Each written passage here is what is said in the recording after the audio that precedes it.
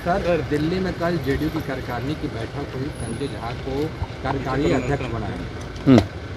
ये अच्छी बात है क्योंकि अब आने वाले समय में 1 साल के बाद बिहार में चुनाव है और माननीय नेता उतना समय बाकी राज्यों में नहीं दे पाएंगे। उसने उन्होंने कार्यकारी अध्यक्ष की नियुक्ति की है और कार्यकारी अध्यक्ष की नियुक्ति होने से हमें लगता है संजय झा की नियुक्ति होने से पैन बिहार, क्योंकि बिहार के जो कार्यकर्ता लंबे समय से इस इच्छा को पाले हुए थे कि हमारी पार्टी राष्ट्रीय पार्टी के रूप में उभरे, उसमें कहीं ना कहीं बिहार की जो एक्टिविटी थी वो कारण बन रही थी।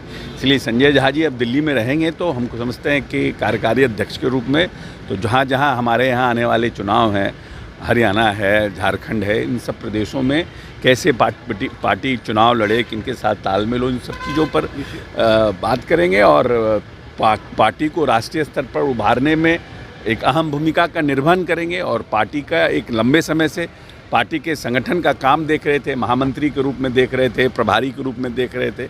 मैं समझता हूं कि ये एक अच्छा और उचित निर्णय है और समय पे किया गया माननीय नेता का निर्णय है। सर, विशेष राज्य के दर्जे को लेकर के, स्पेशल पैकेज को लेकर के सर कोई बात नहीं? स्पेशल पैकेज को लेकर राजनीतिक प्रस्ताव जो पारित हुआ है उसमें हम लोगों ने जो हमारे पुराने डिमांड हैं, स्पेशल या तो बिहार को विशेष राज्य का दर्जा मिले या विशेष पैकेज मिले, उस राजनीतिक प्रस्ताव में हमारे जो नेशनल एग्जीक्यूटिव ने उसको पास किया है और हमारे जो केंद्रीय हमारे जितने भी जो हमारे माननीय मंत्रीगण हैं और जो वहाँ पे हमारे एमपी गण हैं वो प्रधानमंत्री जी से बात करके हम बिहार के विकास के लिए भारतीय जनता पार्टी के साथ हैं और कैसे बिहार का विकास हो ये चिंता भारतीय जनता पार्टी को भी है और जनता दल यूनाइटेड को भी। और हमारा जो मांग है वो पूर्ववत मांग हमारा बना हुआ है, हम उस पर कार्य करेंगे।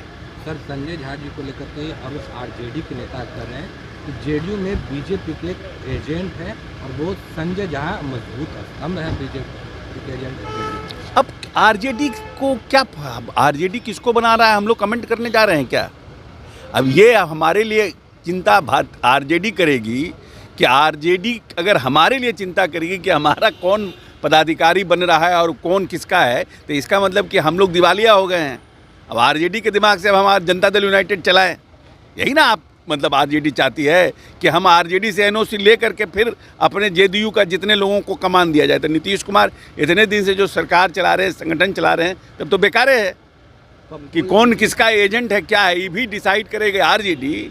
इसका क्या मतलब है? तेजस्वी यादव लगातार क्राइम को लेकर के और गिरते पुलों को लेकर के ट्वीट कर रहे हैं, कह रहे हैं गिरते पुल को लेकर ट्वीट कर रहे हैं। तो पिछले 1.5 साल से इस प्रदेश के ग्रामीण कार्य मंत्री कौन थे?